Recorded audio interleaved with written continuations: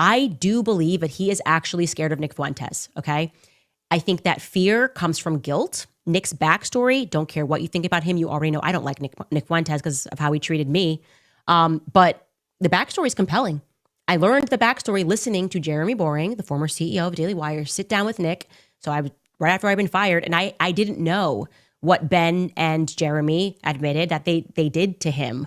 And so I think if you artificially push somebody out of the market, and Ben has never come out and denied anything that Nick Fuentes has said. Also, Jeremy Boring didn't deny it in a conversation with him. So we have to assume the story is true.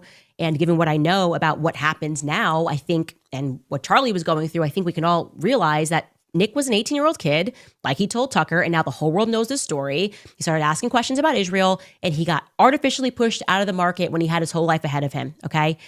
And now, when they did this because they wanted to rid themselves of Nick Fuentes, who then became angry about it and definitively has said very offensive things on the internet, but also he was 18, 19 years old. Now you see him on Tucker Carlson. You don't like Tucker Carlson.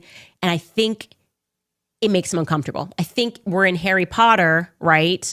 And Lord Voldemort thought he killed the baby, and the baby may be lit. I don't even know who the Dark Lord is in this story, but I do know. I don't even know who he who must not be named is in this story, but I do know that with Ben and Nick Fuentes, it's kind of a neither can live while the other survives, and Nick Fuentes seems to have survived, okay? Without advertisers, without sponsors, without connections, with the entire media writing things about him, being put on the ADL's list, he has proven to be quite resilient. And it is in large part due to how hard they fight him that people become curious. It's like, we're watching kids be bombed.